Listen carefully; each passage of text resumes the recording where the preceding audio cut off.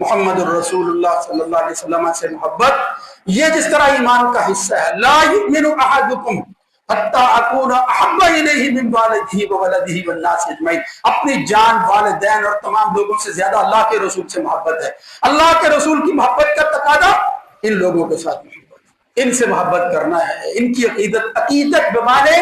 محبت ہے، ورنہ یہ نہیں ہے کہ صرف عقیدت کی وجہ سے دین کی پرواہ نہ کی جائے اور پھر لاپرواہ ہو کر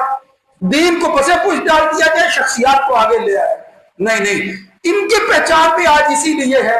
کہ انہوں نے دین کی خاطر جو ہے وہ کچھ کر دکھایا تھا. اگر وہ دین کی خاطر نہ کرتے،